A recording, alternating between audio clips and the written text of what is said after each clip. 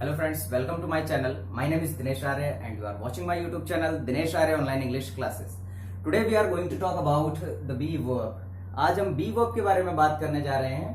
Be verb का complete explanation, what is be verb क्या है और how to use, इसका use कैसे किया जाता है वो हम देखेंगे. First of all B verb को समझने के लिए आपको ये चीज समझना होगा कि बी वर्ब जो है यहां पर अगर हम देखें तो बी जो यहां पर है, ये बी क्या है, यहाँ का बेस फॉर्म है. ये चीज ध्यान रखिएगा. बेस फॉर्म कहने का मतलब है जिस पर की पूरी वर्ब जो है वो टिकी हुई है. यहां पर बी फॉर्म के साथ एक चीज और आपको रिलेट करूंगा मैं कि बी वर्ब की बेस फॉर्म तो बी है, लेकिन इसका जो फर्स्ट फॉर्म है एंड सेकेंड फॉर्म है एंड थर्ड फॉर्म है, दिस इज डिफरेंट. वो क्या है, अलग अलग हो सकता है या अलग अलग होता है. तो इसके फर्स्ट फॉर्म की बात करें तो इजेमार है, सेकेंड फॉर्म की बात करें तो वॉजवर है एंड थर्ड फॉर्म की बात करें तो बीन है. और इसके हिंदी मीनिंग की बात अगर हम करें तो इसका हिंदी में जो मीनिंग होता है वो होता है होना. ठीक है. जब be verb as a main verb किसी सेंटेंस के अंदर काम आएगी तो उस समय पर इसका हिंदी मीनिंग जो होगा वो होगा होना. और ये जो होना है ये हो सकता है प्रेजेंट के लिए यूज हो सकता है पास्ट के लिए. तो दोनों केस में होना यानी कि कोई चीज स्टेट को बता रही है तो उस समय पर हमारी बी वर्ब होना के सेंस में दिखाई जाएगी. ठीक है. अब फर्स्ट फॉर्म हमारा इजेमार हो गया जो कि रिलेट करता है हमारे प्रेजेंट को. किसको रिलेट करता है, यानी कि जब हमें प्रेजेंट के अंदर यूज करना है बी वर्ब को एज अ स्टैटिक वर्ब. अभी देखेंगे स्टैटिक वर्ब क्या होती है, what is static verb, we will see after some time. So first of all इजेमार क्या है, हमारी प्रेजेंट में यूज आती है. सेकेंड वॉज वर आता है हमारे लिए पास्ट में यूज. अगर आप इसका कंप्लीट एक्सप्लेनेशन देखना चाहते हैं तो you can go my video present indefinite. मेरा जो प्रेजेंट इंडेफिनिट का वीडियो है वहां पर आप जा सकते हैं. और पास्ट सिंपल के वीडियो में भी आपको वॉज वर की कंप्लीट एक्सप्लेनेशन मिल जाएगी. ठीक है. थर्ड फॉर्म बीन है, एज अ मेन वर्ब ही यूज होता है. ये हमारी क्या हो गई, थर्ड फॉर्म. ठीक है. ये हमारे क्या है, थर्ड फॉर्म. और एक चीज और मैं यहां पर आपको इंडिकेट करना चाहूंगा कि जब आप बी वर्ब को आईएनजी में यूज कर रहे हैं तो हम वर्ब की फर्स्ट फॉर्म के साथ आईएनजी लगाकर जो है फोर्थ फॉर्म यानी कि आईएनजी फॉर्म बनाते हैं. तो बी के साथ जब हम आईएनजी लगाएंगे तो वो होता है बीइंग. तो हम वर्ब की फर्स्ट फॉर्म कहने का मतलब यहां बी के केस में हमारा फर्स्ट फॉर्म इजेमार है तो हम इजेमार के साथ आईएनजी ना लगाकर हम किसके साथ लगाते हैं, आईएनजी बेस फॉर्म के साथ. एक्चुअल में हम हमेशा जनरली हम गो के साथ जब आईएनजी लगाते हैं तो हम गो से गोइंग करते हैं. तो यहां हम गो से क्या बना रहे हैं, गोइंग. तो हमने गो के साथ आईएनजी लगाई और गो हमारा क्या है, first form of the verb है और उसके साथ हमने आईएनजी लगा ली. लेकिन बी के केस में हमारा फर्स्ट फॉर्म तो इजेमार है बट हमारा बेस फॉर्म क्या है, are base form is be. तो हमारा बेस फॉर्म बी है तो इस बी के साथ हम आईएनजी लगाकर बीइंग बना रहे हैं. यूज क्या होता है we will see after some time, अभी देखेंगे थोड़ी देर में. तो यहां तक की कहानी थी कि इसके चार तरह के फॉर्म हमारे सामने आए, first form, second form, third form and we can say it fourth form. इसे हम फोर्थ फॉर्म कह सकते हैं आईएनजी फॉर्म को. हालांकि ये अलग है हमारा बट फिर भी हम इसे फोर्थ फॉर्म कहकर बुला सकते हैं. अब बात आती है इसके यूजेस पर. बी फॉर्म का यूज जो है कैसे होता है, कहां पर होता है वो हम देखेंगे. जब बी फॉर्म की मैं बात करूं प्रेजेंट के अंदर या फिर पास्ट के अंदर तो बी फॉर्म के फर्स्ट फॉर्म और सेकंड फॉर्म का यूज एज अ क्या हो सकता है, helping verb, as a main verb. अब हम डिफरेंट कैसे जानेंगे, कैसे हम डिफरेंशिएट करें, कैसे हम पहचाने कि कब ये मेन वर्ब है और कब ये हेल्पिंग वर्ब है. ठीक है. अगर किसी बी वर्ब के बाद में कोई अलग से मेन वर्ब आ रही है तो वहां पर बी वर्ब जो है क्या है, एज अ हेल्पिंग वर्ब काम कर रही है. लेकिन अगर किसी बी वर्ब के बाद किसी भी तरह की कोई मेन वर्ब नहीं है, यानी कि कोई नाउन है, एडजेक्टिव है या फिर एडवर्ब है, तो वहां पर हमारा be verb as a main verb काम कर रहा है. एग्जाम्पल के थ्रू देखेंगे अभी थोड़ी देर में. देखिए, तो बी वर्ब जब मेन वर्ब बनती है तो उसे हम कहते हैं कि वो उस समय पर एक स्टैटिक वर्ब की तरह काम कर रही है। अच्छा, स्टैटिक वर्ब क्या होती है? What is static verb? Static verb is जो कि किसी व्यक्ति, वस्तु या उसकी क्वालिटी की स्टेट को बताती है, मतलब कि उसकी अवस्था को बताती है। वो हमारी जो वर्ब्स हैं वो क्या कहलाती हैं? स्टैटिक वर्ब कहलाती हैं। So be verb is also static verb. Be form क्या है? स्टैटिक वर्ब है। अगर बी फॉर्म के एक्सप्लेनेशन की बात करें तो is am are, was were, ठीक है।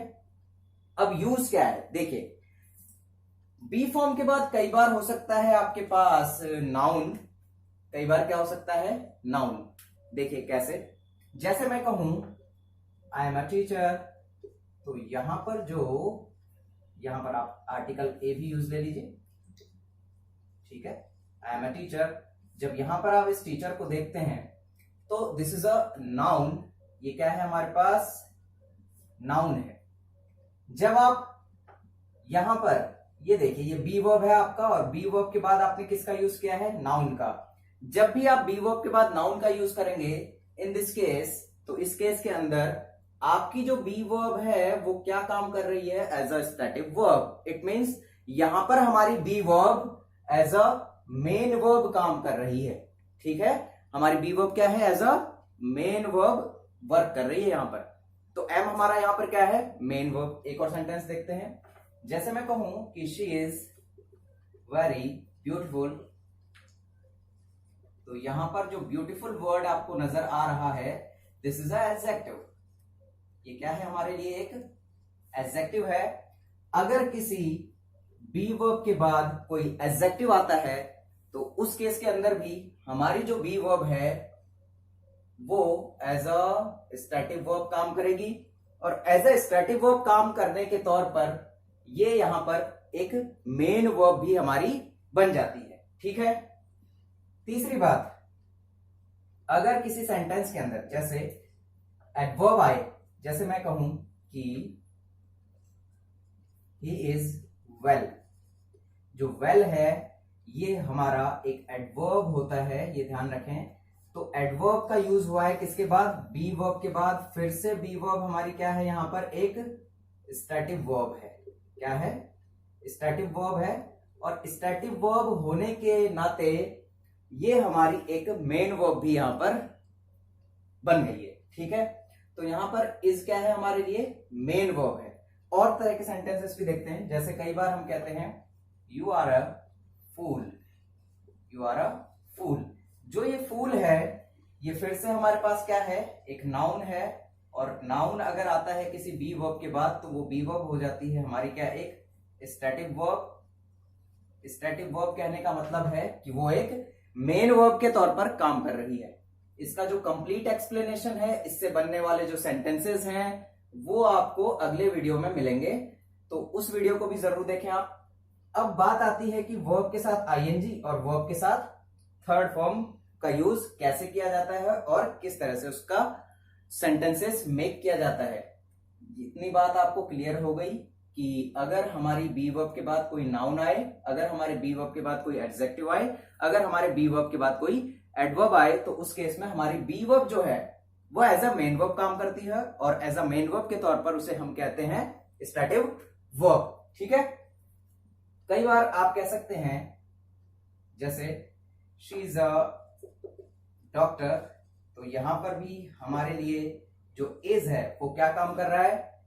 एज अ मेन वर्ब काम कर रहा है, यानी कि एज अ स्टैटिक वर्ब, ठीक है, एज अ स्टैटिक वर्ब। इतना आपको सारी चीजें क्लियर हो गई होंगी यहां तक कि आगे जो वर्ब की फर्स्ट फॉर्म के साथ आईएनजी और वर्ब की थर्ड फॉर्म है उसको थोड़ी देर में सीखते हैं। तब तक आप इसको नोट डाउन कर लीजिए, प्लीज टेक योर टाइम। आइए आगे चलते हैं बी के और यूजेस पर। अभी हमने सीखा कि बी के साथ अगर हमें दिया गया है कोई नाउन, अगर बी के साथ हमें दिया गया है कोई एडजेक्टिव, अगर बी के साथ हमें दिया गया है कोई एडवर्ब, तो इस केस में हमारा जो बी वर्ब है इज एम आर या फिर वॉज वर्ब, वो एज अ मेन वर्ब हमारे लिए काम करेगा, एज अ स्टैटिक वर्ब हमारे लिए काम करेगा। अब हम देखते हैं कि अगर बी वर्ब के बाद हमें दिया गया हो क्या? वर्ब की फर्स्ट फॉर्म के साथ आईएनजी, या फिर कभी कभी वर्ब की थर्ड फॉर्म, ठीक है।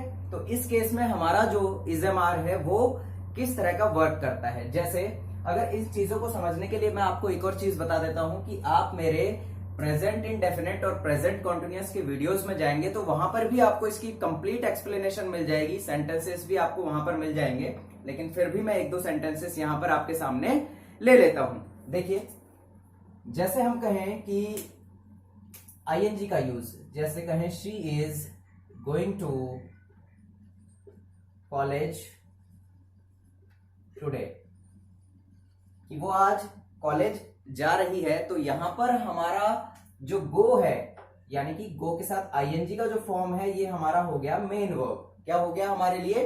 Main verb. अगर हमें मेन वर्ब मिल गई तो हमारा जो इज है ये हमारे लिए क्या बन जाएगा? Helping verb. इट मीन्स जब हमारे पास मेन वर्ब अवेलेबल है तो इज एम आर हमारे लिए वर्क करेगा किसकी तरह? एक हेल्पिंग वर्ब की तरह। ठीक है, आप प्रेजेंट कॉन्टिन्यूअस के वीडियोस में जाकर वहां पर इसका और अच्छा एक्सप्लेनेशन देख सकते हैं और कंप्लीट आप हमारे पूरे प्रेजेंट कॉन्टिन्यूअस पूरे टेंसेस को वहां पर देख सकते हैं। टेंसेस की प्लेलिस्ट में जाइए, वहां पर आपको सारी चीजें मिल जाएंगी। अगले यूज पर चलते हैं कि वर्ब का थर्ड फॉर्म कैसे यूज आता है इज एम आर के साथ। देखिए, इज एम आर या मैं कहूं बी वर्ब के साथ थर्ड फॉर्म जो यूज आता है वो एक ही केस में यूज आता है और वो है हमारा पैसिव। जब पैसिव के अंदर हमारे पास क्या नहीं होता है? डूअर मौजूद नहीं होता है। जैसे मैं कहूं कि he was beaten by his teacher, यानी कि उसे उसके टीचर के द्वारा पीटा गया, तो यहां पर जो बीटन है ये हमारा क्या है? वर्ब का थर्ड फॉर्म है, यानी कि ये हमारा मेन वर्ब है। और पैसिव के अंदर हम बी वर्ब के बाद थर्ड फॉर्म का यूज करते हैं। पैसिव का बहुत ही सिंपल सा फॉर्मूला है कि पैसिव में क्या होता है? बी वर्ब के बाद थर्ड फॉर्म का यूज किया जाता है। जब पैसिव का वीडियो आएगा तो उसमें आपको इस पर कंप्लीट एक्सप्लेनेशन मिल जाएगी। अब देखिए, यहां पर जो वॉज है हमारा, ये क्या है हमारा? यहां पर अब हेल्पिंग वर्ब है, यानी कि जो ही है वो हमारे लिए यहां पर डूअर नहीं है, एक्चुअल में ये हमारा रिसीवर है कि इसे जो है पीटा गया, ना कि इसने किसी को पीटा है। ठीक है, तो ये पैसिव कंस्ट्रक्शन है। पैसिव कंस्ट्रक्शन के अंदर हम बी वर्ब के साथ थर्ड फॉर्म का यूज करते हैं। एक और एग्जांपल, जैसे कि आप जब नोटिस वगैरह लिखते हैं तो उसमें आपको लिखा हुआ मिलता है कि आप सभी को सूचित किया जाता है। इस सेंटेंस को इंग्लिश में कैसे लिखेंगे? You all are informed. आपको ये सेंटेंस लिखा हुआ मिलता होगा, यू ऑल आर इन्फॉर्म्ड। तो यहां पर यू ऑल आर इन्फॉर्म्ड कहने का मतलब आर हमारा क्या हो गया? यहां पर हेल्पिंग वर्ब। और ये सेंटेंस क्या है? ये सेंटेंस फिर से पैसिव कंस्ट्रक्शन है और ये हमारी है वर्ब की थर्ड फॉर्म।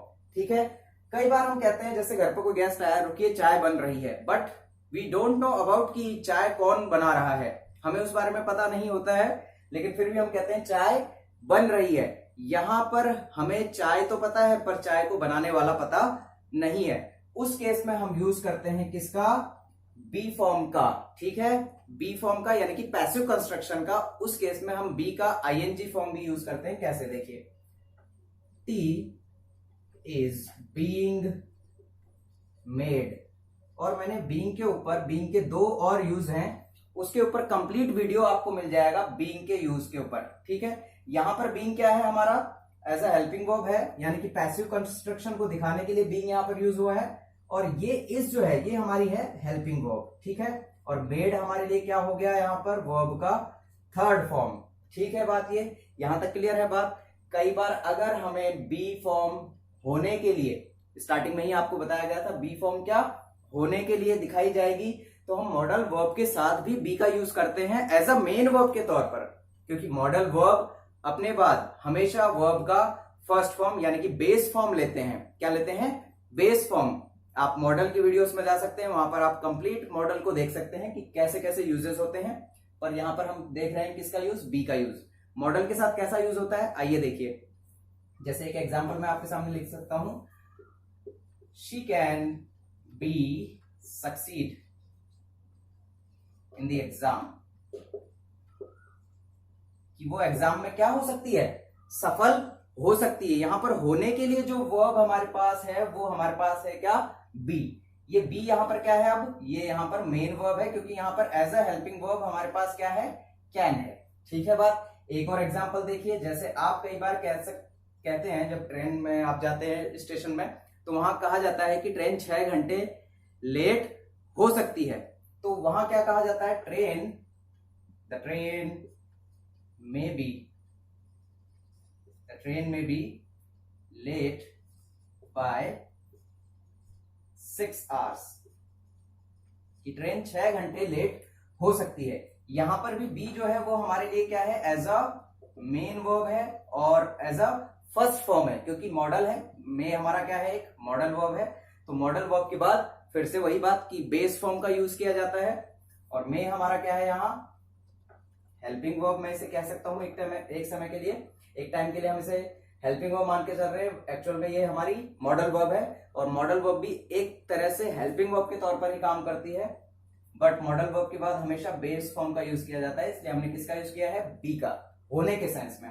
और देखिए कि बच्चों को किसके बारे में अवेयर करना चाहिए, होना चाहिए, एनवायरमेंट के बारे में अवेयर होना चाहिए। जो होना चाहिए का सेंस आ रहा है उसके लिए भी हम बी का यूज करेंगे। एक एग्जांपल आपके सामने देखता हूं, देखिए है हमारा, children should be aware, children should be aware about the environment.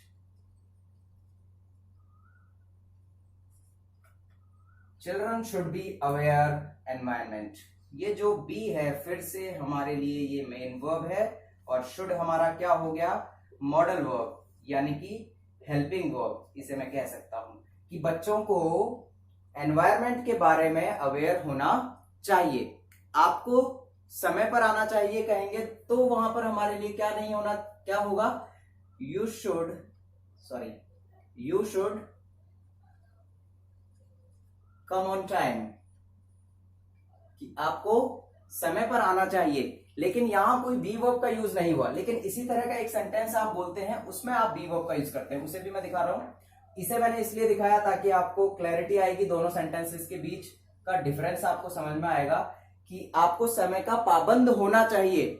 यहां पर होने का सेंस नहीं आ रहा है, यहां पर आपको समय पर आना चाहिए, लेकिन आपको समय का पाबंद होना चाहिए। उसको दिखाने के लिए आपको क्या करना है, यू शुड बी पंक्चुअल। समय के पाबंद के लिए इंग्लिश में वर्ड आता है क्या, पंक्चुअल। ठीक है, यू शुड बी पंक्चुअल, कि आपको समय का पाबंद होना चाहिए। तो इस तरह से आप जो है सभी सेंटेंसेस को बना सकते हैं इजेमार से। और अगले वीडियो में आपको कंप्लीट एक्सप्लेनेशन और इससे बनने वाले सभी तरह के सेंटेंसेस जो है किस तरह बनते हैं, उस पर आपको कंप्लीट वीडियो मिलेगा। उस वीडियो को जरूर देखें। आज का वीडियो अच्छा लगा है तो इसको लाइक जरूर करें और अपने फ्रेंड्स को शेयर करें। और अगर आपने चैनल को सब्सक्राइब नहीं किया है तो प्लीज चैनल को सब्सक्राइब कर लें, और जितना भी कुछ बोर्ड पर लिखा है इसे नोट डाउन जरूर कर लें। Please take your time.